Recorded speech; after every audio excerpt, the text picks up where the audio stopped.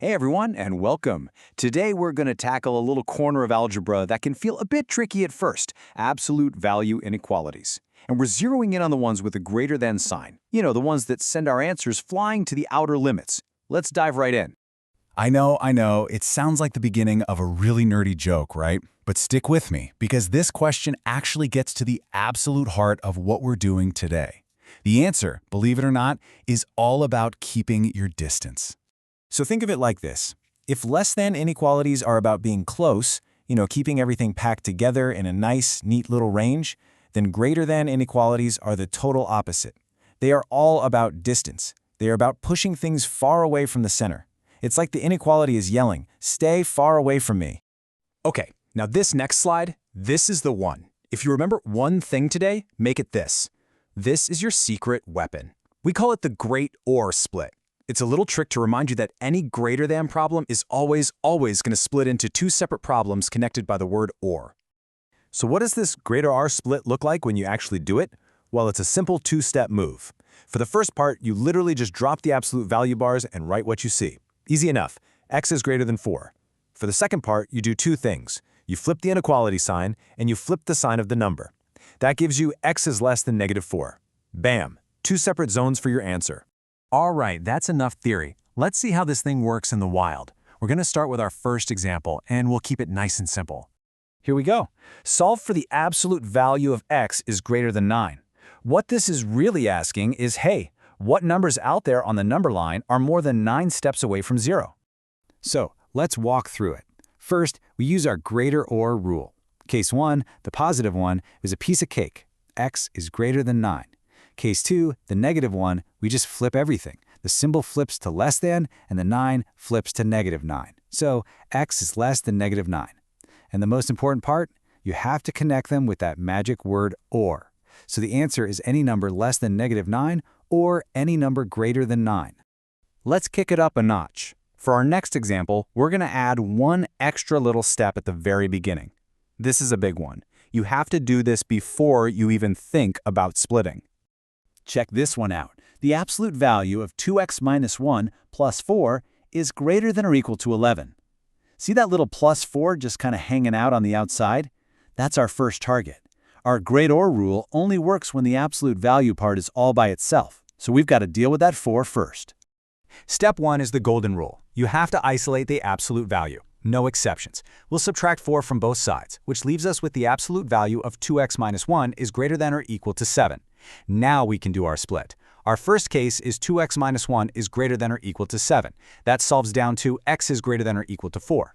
Our second case, we flip it all. 2x minus 1 is less than or equal to -7, which solves to x is less than or equal to -3. And of course, we put them together with OR. Okay, for our third one, I want you to put your pencil down for a second. This one isn't about following steps. This is about using your brain. It's what I like to call a stop and think problem. The problem looks simple enough. The absolute value of x is greater than -2.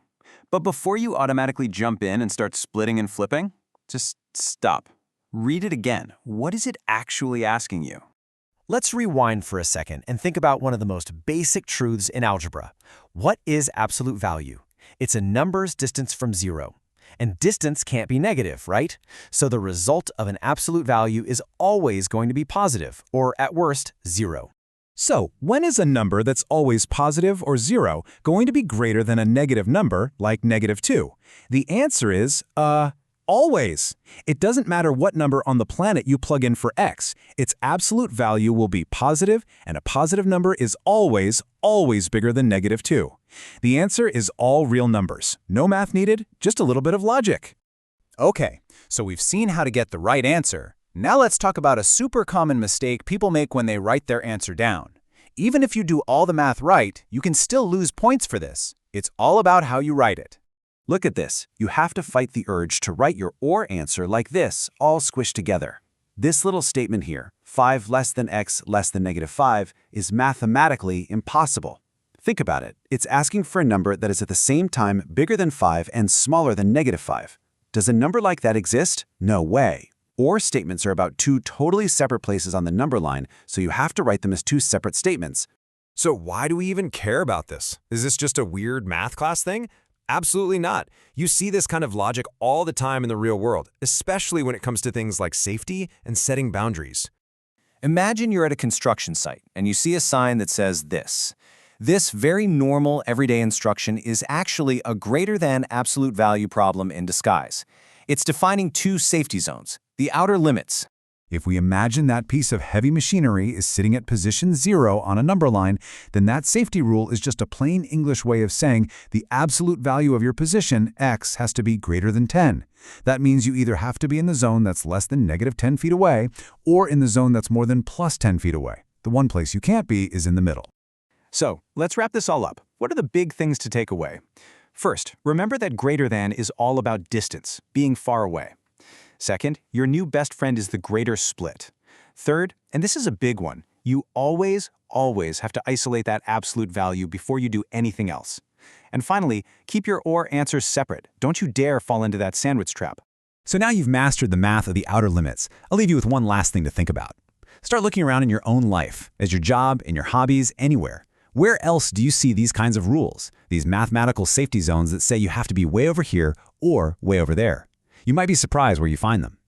Thanks for tuning in.